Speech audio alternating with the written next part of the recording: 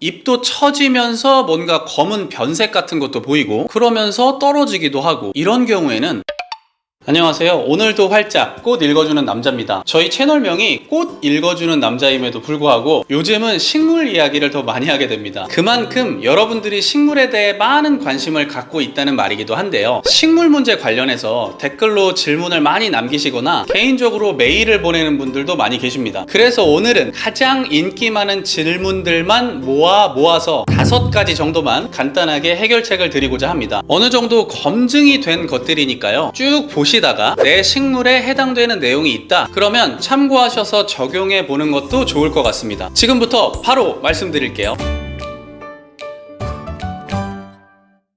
잎끝이 말랐어요. 이런 말씀 하시는 분들이 많았는데요. 잎끝이 말랐다? 잎의 뾰족한 끝부분만 말랐다는 건 아닌 것 같고 아마 전체적으로 잎이 말랐다는 말씀인 것 같습니다. 이럴 경우에 저라면 일단 먼저 흙을 확인해 볼 것 같아요. 흙이 속까지 메말라 있지는 않는지, 혹은 흙이 젖어 있었는데도 그동안 확인도 안 하고 계속 물을 준 건 아닌지, 이걸 먼저 확인해 봐야 합니다. 너무 메말라 있었다면 물을 듬뿍 주면 되고요. 후자라면 일단 물을 주지 말고 통풍이 잘 되는 곳으로 옮기거나, 그래도 안 좋아진다면 식물을 꺼내서 분갈이를 해주는 것도 방법입니다. 다만 여기서 주의하실 점은 분갈이 이후에 오히려 더 안 좋아질 수도 있다는 점인데요. 과습으로 인해 뿌리가 상해서 분갈이를 할 때 뿌리를 정리해 주셨다면 식물한테도 회복할 수 있는 시간이 필요하겠죠. 바로 햇빛을 보여주거나 하지 마시고 반음지에 두시면서 물도 조금씩 주면서 점차 나아지는 과정을 먼저 봐주시는 게 필요합니다. 잎끝이 탔어요, 색이 변했어요 하는 경우도 마찬가지예요. 이런 경우에도 분갈이 이후에 이런 현상이 계속된다면 우리가 흔히 말하는 분갈이 몸살일 가능성이 있으니까 조금만 살살 다뤄주시면 좋을 것 같습니다. 잎이 말랐다, 잎끝이 탔다, 이런 경우는 결국 해결 방법이 비슷합니다.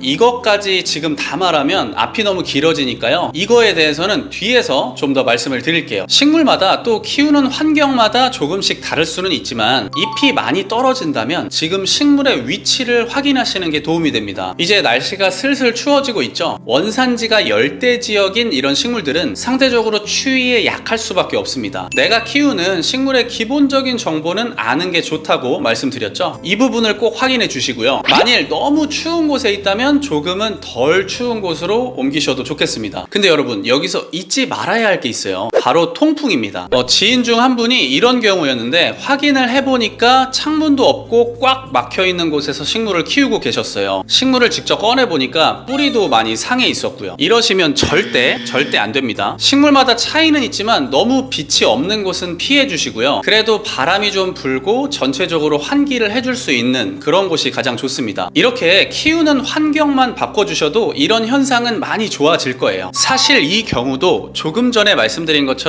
키우는 환경 문제가 가장 큽니다. 제가 여러분들 사진을 받아보면 대부분 실내가 건조하거나 통풍이 안 되는 경우가 많았어요. 이건 길게 말씀드릴 것도 없습니다. 일단 병충해를 입은 잎이나 줄기를 바로 잘라주시고요. 환기가 잘 되고 공기도 순환이 될 수 있는 장소로 식물을 옮겨주세요. 그런데도 좋아지지 않는다. 그럴 때는 그 해충에 맞는 트랩이 있거든요. 그걸 사용해 보셔도 좋습니다. 실제로 효과 본 분들도 제 주변에 계시니까요. 이 병충해는 주의하실 부분이 있습니다. 저도 이건 반드시 지키는 부분인데 식물끼리 너무 붙여놓지 않는 거예요. 이건 환기에도 좋지 않고 또 해충이 옮겨가서 2차 피해를 줄 수도 있기 때문에 이 부분은 꼭 신경 쓰시는 게 좋겠습니다. 잎이 처지는 건 좀 따져봐야 하는데요. 먼저 단순히 잎이 처지는 경우는 물이 부족한 경우가 많습니다. 물은 어떻게 줘야 한다고 했죠? 네, 맞습니다. 듬뿍 줘야 합니다. 물이 빠져나가면서 일부 불순물이 제거되기도 하고 뿌리도 많은 양분을 필요로 하기 때문에 듬뿍 주시는 게 좋고요. 물을 많이 주는데도 이렇다면 흙에 물이 흡수가 잘 안 되는 경우도 있거든요. 뿌리가 상하지 않게 흙을 좀 찔러주면서 흡수를 도와주거나, 화분이 좀 작다면 아예 화분째 그릇에 담궈서 물을 주는 것도 방법입니다. 화분이 작아서 뿌리가 꽉 찼다면 분갈이도 필요할 수 있고요. 그런데 단순한 잎 처짐이 아니라 잎도 처지면서 뭔가 검은 변색 같은 것도 보이고 그러면서 떨어지기도 하고, 이런 경우에는 오히려 수분이 과해서 그럴 수 있습니다. 한마디로